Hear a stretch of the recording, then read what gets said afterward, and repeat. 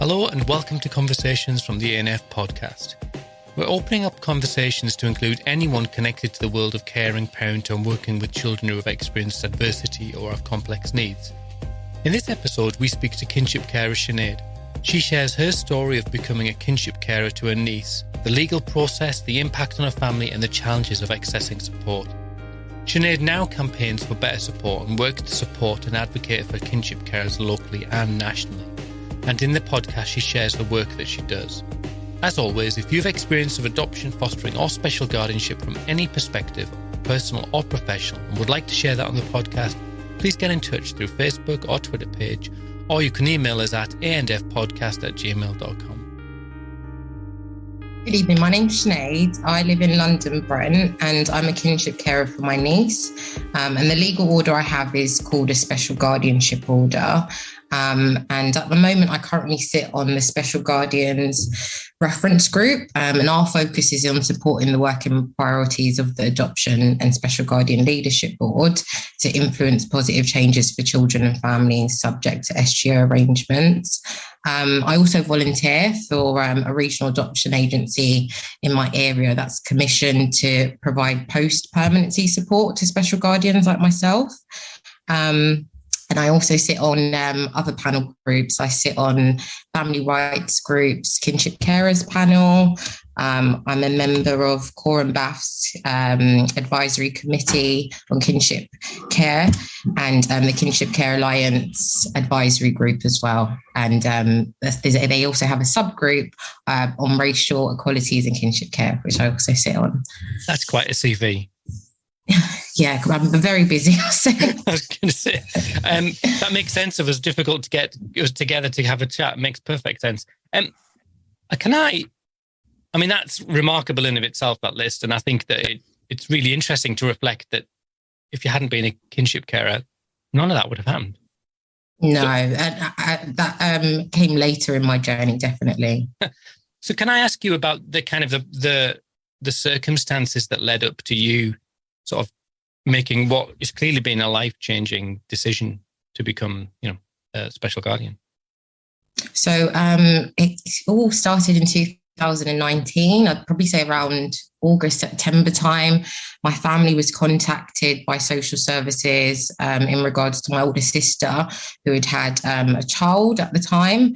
And due to circumstances around my sister's own mental health and, her lifestyle at the time, her daughter was removed and placed into foster care. So at the time when social services approached us, it was, trying to see if there was anyone in our family who could support my sister, but also if anybody would be willing to put themselves forward to care for my niece as well. And I'll be honest, at the beginning of the process, I didn't really understand. I just wanted to help my sister. I didn't know what it meant with my niece being looked after and being in foster care. And then going through assessments, I didn't really understand that process. And I felt a lot of things were being done to us as a family, rather it being a joint process with the professionals and it being explained what was happening along the way as well. So one thing I should say, because my niece was already in foster care at the time, court proceedings were already ongoing at that time. So we came into court proceedings already going ahead. And it was actually my mum who informed me about one of the court proceeding days. And we just decided as a family to go down to the courthouse and present ourselves as a family to show how supportive we were of my big sister, but also because we felt that we should have been a part of that process. And it was during that time that we actually had a conversation with a duty solicitor, who was at court proceedings, just helping different families. And she listened to us and we explained the circumstances. And I had told her by that point, I'd had a viability assessment that had been positive. The local authority were actually going to do a fuller SGO assessment of me. And she questioned, why are you not part of the court proceedings? Do you Yeah. understand what's happening? Do you understand about the assessment?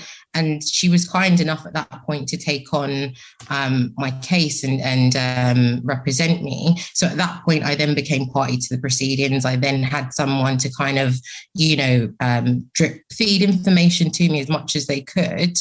And then once we went through that process, my solicitor applied to the court for a child arrangement order. So even though court proceedings were still going on, she argued to the judge that it was actually, it was counterproductive, given that there were so many family members who put themselves forward.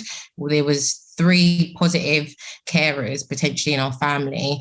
So she really made a case for the even though there was still parallel planning at that time for my niece, the likelihood was that she was going to be placed back within her family. So I was successful to get the child arrangement order whilst we went through the court proceedings. And then 4 months later, I was then granted the fuller special guardianship order for my niece. I say my daughter because she calls me mum, so I'm just programmed to say my daughter now. No, I mean, we totally get that. And I mean, that's a really good sort of technical explanation of all the processes. But I can't help but think that this bolt from the blue, this sort of telephone call, and it's a life-altering message, isn't it? And what was it easy to weigh that up? Because in my head, I sort of think, well, of course, family are going to step in. But it's not an of course, is it? It's a life-changing decision. It is, and I'll be honest. At the beginning, I didn't fully comprehend everything that I was going to be taking on with saying that I'd put myself forward as a prospective carer, and also, at the time I was so hopeful that my sister was going to turn her life around. And, I was pretty much planning for it to be a temporary situation, because at some point I wanted her and her daughter to be, reunited, and for her to be the mum that she always wanted to be.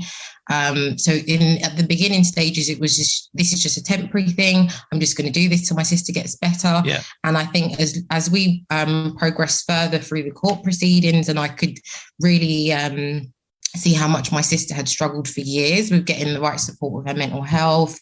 She suffered with, she went through a traumatic childhood that then, spiraled into her adolescence, and also having a care experience herself. She never really got the support that she needed.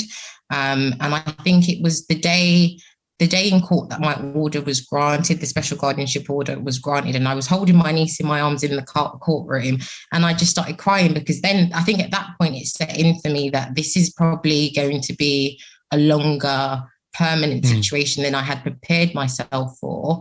And then, once the order is then granted, all of the support drops off. So in terms of having a social worker, having all these professionals involved, they slowly start to dwindle away as well. And then the reality of you sets in that this is now my child. This is now a permanent decision that I've made, and life-changing, because it does turn your life upside down, essentially.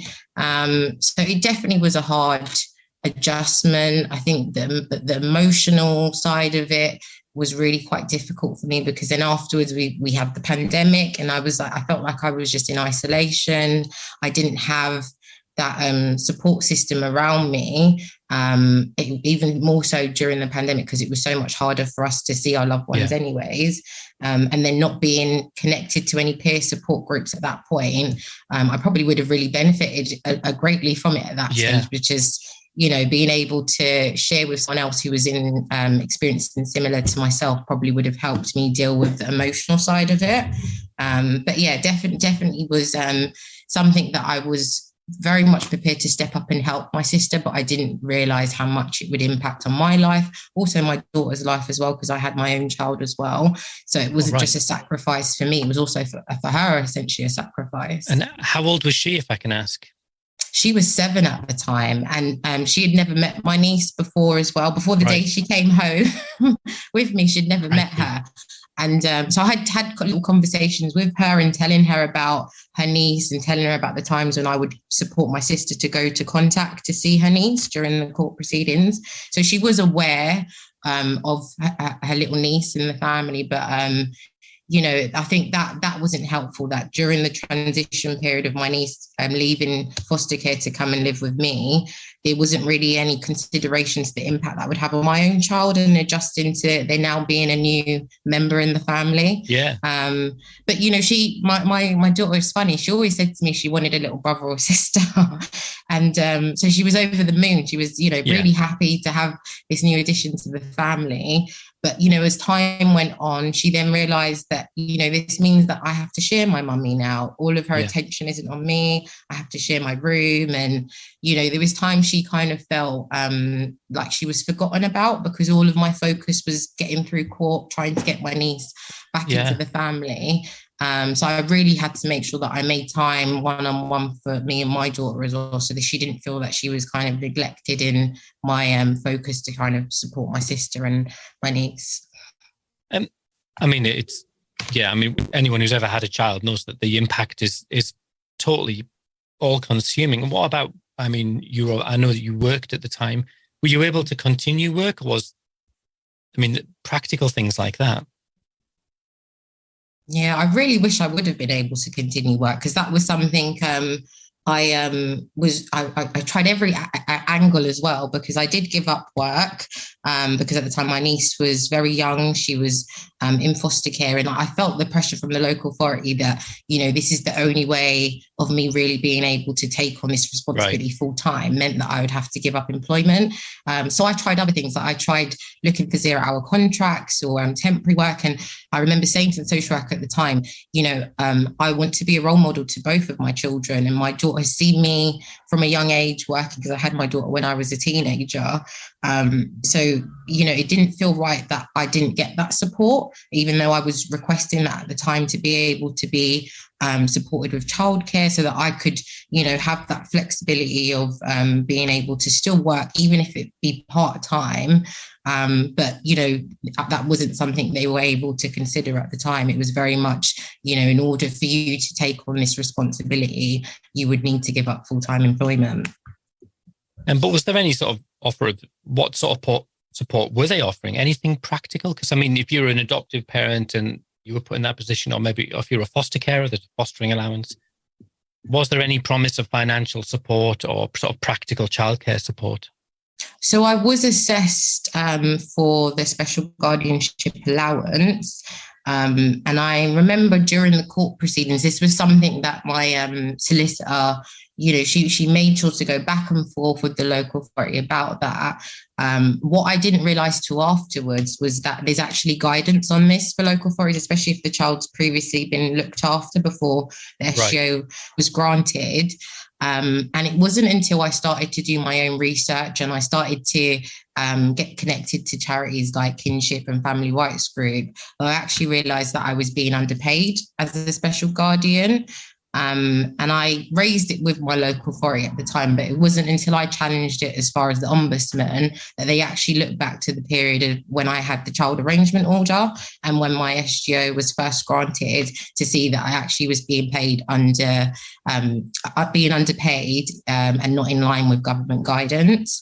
So there was that consideration, but I think where councils don't proactively try to ensure that their policy is in line with government guidance, I think that's where you have cases like mine where you'll find carers, even when they are receiving a financial allowance, it's still not in line with what the government is actually stating. I'm always struck by people like yourself who, in the midst of what are difficult circumstances, you've got 2 children, I think it coincides with the time of the pandemic, and then you have to raise a complaint at the level of ombudsman, which there's lots of steps before you get to that level. That must have been an awful experience for you. It was, and I actually on 2 occasions I went to the ombudsman. So in regards to the financial support from my local authority, and also on the housing as well. So it was very stressful. It was a lot of emails. At times I was being ignored. I went as far as actually reaching out to my local councillor and local MP for support. And it doesn't make you feel good as a carer, because you think, it's almost like I'm having to beg for support, and I've made such a big sacrifice to my life, and I'm actually doing a good thing to help my niece. So why is it what really bothered me even more was the fact that things that were in my assessment didn't reflect in the support plan. So that made it even more of a challenge to try and fight later for things that were discussed and just didn't transpire. Also, in the sense that when they'd assessed you, they said, "Oh, when Shanayd takes on the role, we'll do this and we'll do that and we'll help here and help there," and then which informed the decision by the judge to say, "Well, that works," and then it was just not there. Oh, crikey! No, and it was a lot of me having to chase up professionals about what had been agreed in the support plan. And then, it was like, well, it's in the support plan, but it's not in the court document that you receive afterwards. You get an official, almost like, I wouldn't say letter, but you get an official document once you have the legal order. And it doesn't, in that legal order, it doesn't say what's in the support plan. It might just give like a brief overview. So then I had that fight of, okay, it's not in your legal order, but it may be in the support plan, but we can't uphold it. So that was why I had to really challenge a lot of what happened after the order was granted as well. In the midst of then all of the midst of the normal challenges and and the extraordinary challenges of being a guardian to a child who, a vulnerable child who's got a complex life story. So you gave us your CV at the beginning. You've got this. How do we go from, Shanayd fighting for, your little family to kind of get what they deserve? But how do we go from there to you then being on the board of all of these organizations? What happened? It was my saving grace of meeting the charity Kinship. My first introduction to, they had the Someone Like Me program. And I was able to speak to another carer. And I think I only had one call at the time, but that was enough to really inspire me and to make me want to help other carers at the time. So I started off volunteering as a Someone Like Me volunteer and speaking to other carers. And from that point, I then got into the voluntary route of just trying to do as much as I could to support other kinship carers. I also, as I say, I became a special guardian peer volunteer. So I co-facilitate a support group with a social worker from the Regional Adoption Agency commissioned in my area. And then it was through my work with Kinship, I was contacted about to media work and actually, sharing my story and experience I'd gone through. And it was then after that I was invited to an away day with for the Adoption and Special Guardianship Leadership Board, and I spoke to all the professionals there and shared my experience and what I would like to see change in the future in terms of the support services available for special guardians. And from that point, I was then invited to join the Special Guardians Reference Group.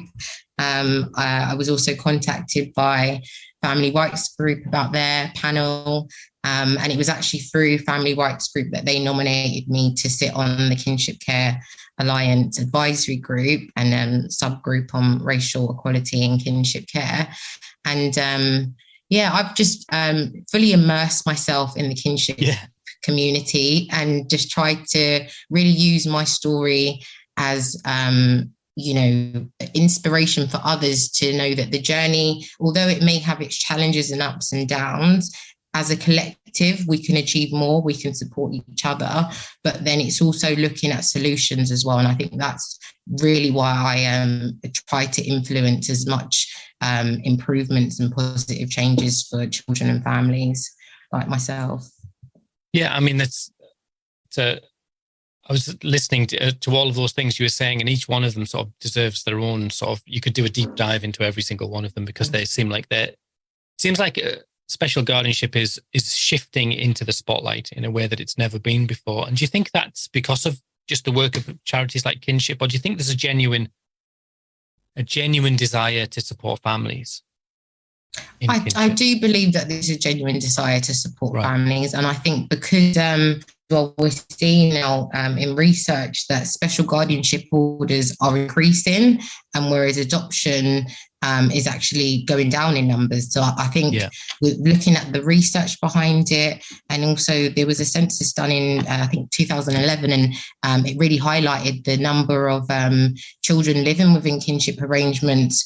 And although there's not an exact figure, because we know there's a lot of children within private arrangements, it's more, what's the word? I'd say there's more kind of focus on kinship rather than as to when there was before. But I think it's because of the research behind it, the fact that the pandemic in a way helped to bring kinship carers into the spotlight as well. There was already some focus on it, but I think that really helped shift the conversation past just special guardians into the wider kinship community as well. And then also having charities like Kinship really do help to give voices to kinship carers and their families as well. Yeah.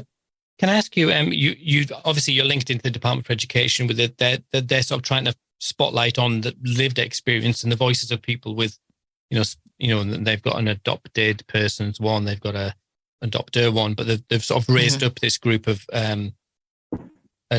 special guardians. Do you feel like the implementation board? Is that what you're referring to? Well, all of the boards. All of the boards, but they've got the adopter. They've got the special guardian reference group. You talked about the racial equality in special guardianship, which seems like it seems like that. Again, it's a spotlight that again, it's a hidden area. It's a hidden area within a hidden field. Mm-hmm. So can I ask you about the racial equality and what is the work? What is the, tell me what's going on, tell me, shine a light into that corner.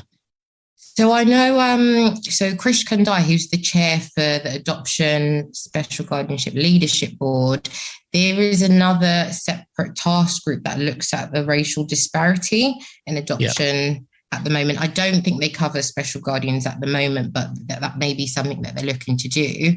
But the Kinship Care Alliance committee, they have recently formed a subgroup that looks at racial equality in kinship care. And, what we're really trying to focus on is how we can build on the research in terms of understanding the experiences for those children and young people from ethnic backgrounds, because we know from the research, it shows that there's a lot of informal kinship arrangements, and on average, they're kind of underrepresented in kinship foster care because they're most likely not to be connected to any support groups or linked directly to the local authority. But if you, there was actually a report done separate to the care review. They did one that was looking at race, and as part of the work that was done, they did highlight in terms of research that actually looked at in terms of teenagers from the Black and ethnic minority group, they're more likely to go unsupported. And it's not really picked up to when they come into contact with the Youth Justice Service, or whether it be through mental health services as well. But this is part of the work that we're trying to look at on the racial equalities subgroup, trying to build on the research, trying to actually engage with these communities as well, and do it in a way where it's less kind of it's more inclusive, because what we find is these big charities seem to reach the same audience, and it doesn't necessarily meet those communities, meet the Black communities or reach the Asian communities. And really, we want to get their perspective as well, but also to understand diversity and how the family dynamics will differ in different cultures as well, and how that kind of feeds into the assessment and the support plan, and then also the support services that are then made available for those families as well. So it's a big chunk of work. As I say, we are trying to, our main focus right now is building on engagement with these communities, and then the research as well. Who's someone really good, I would say, to follow? Sharon McPherson from Families in Harmony. She is a member of the Kinship Care Alliance Committee as well, and she does a lot of work around this. I think she's also studying at the moment to feed into the research as well. But yeah, I'd say if you're not tapped into Families in Harmonies, please don't look them up. Yeah, I think I've seen some of their stuff, and like you, I work in London, which is a really diverse kind of community, and but what I see is often that people live different ways, and so because they're not living sort of this homogenous, mum and dad, kids, Labrador, Volvo, nice white family, whatever that looks like, then services are not seeing 3 generations of families living together, where maybe one generation is carrying the burden, and so there is a kinship arrangement in there, but it's really hard to find out what's going on. Yeah. And it's also, the language we use with families as well, because even when I'm, with members of my family and I explain kinship care, it's not a term that we're familiar with. But if you look back, generations, that was something that, was so normal. You'd see grandma stay in Jamaica and her daughter come over to England to find work, and, grandma's left to look after the children. So it's something that we've seen, but we've never known what the term for it or labeled it. It's just family.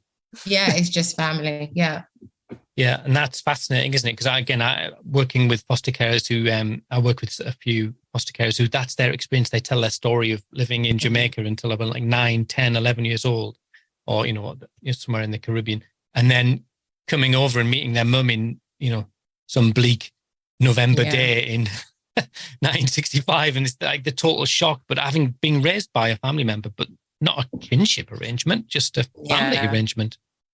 And I think this is why it's taken probably so long for even the government to really catch on to it, in a sense, because when I meet with politicians, councillors, MPs, some of the questions I hear is, but if your family, you're stepping up, why do you need support? But, the thing that I think is forgotten about is the trauma that these children come with, the early start that they've had, and the unsettlement that they've had from being, essentially taken away from their birth parents, and then having to readjust to this new normal for them. So, I think that's forgotten about for kinship children. It's the same for those children that go through fostering or adoption.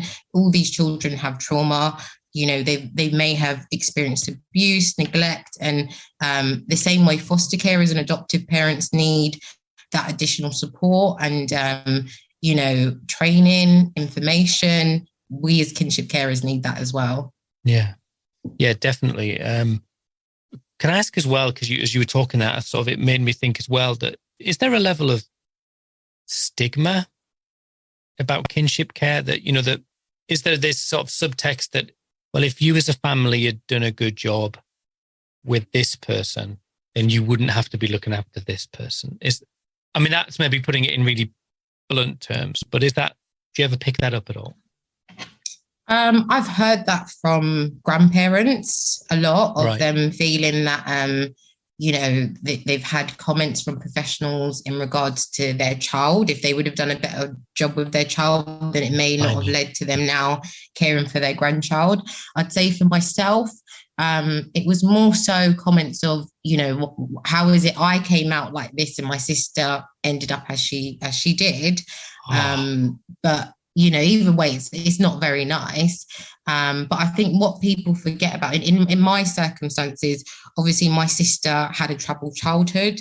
She was one of them that ended up getting lost in the system. And then she became an adult. She had no skills to prepare her for life because she had so much trauma that she hadn't had the support to kind of deal with. And then when you then go and have children and you are suffering with mental health and not getting the care and treatment that you need, it's most likely that those children will then go through the system as well. And unfortunately, that's what happened to my sister's children. So I think that sometimes the stigma that's placed on Kinship families is not fair, because we don't look deep enough to see what the real issues are within that family, what happened to the birth parents. Sometimes it can be a bereavement. So you can never just make that quick judgment of, if you've done a better job with the parent, then that wouldn't have been the outcome, because it's for many reasons that children can end up in a kinship arrangement. I guess it's looking again through that lens of what perfect family looks like. And so there's very few people live that version, 2 up, 2 down, nice house, nice. We all live, every family is different. And there's lots of complicated reasons why that might happen. You mentioned that you were part of Kinship Care's recent campaign, and you wanted to highlight some of the work that specific to that. So can you tell me a little bit about what they've been up to? So this is the first big campaign launch that Kinship have done. And this campaign is on the back of, there was a recent bill that was, it hasn't gone through Parliament, but we're hopeful that it might get passed. Right. But the MP Munya Wilson, who is part of the Lib Dem party, put forward a bill tabled a discussion for a bill to be passed for kinship care. And Kinship, the charity, have just launched their Value Our Love campaign. And it's really just to focus on kinship care being better supported and recognised. I think at the moment they're really pushing for 10,000 signatures before the end of the year. We're hopeful that it might be. They also did an introduction in Parliament. I think there was a big launch there. And so there's been quite a few kinship carers who have been lobbying and their MPs to sign up and support this.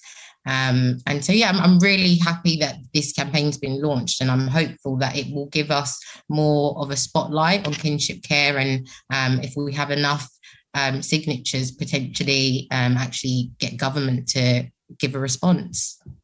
Excellent. Thank you. Shanayd, I've taken up loads of time, and you've been so generous with your story, and your CV is as long as long can be.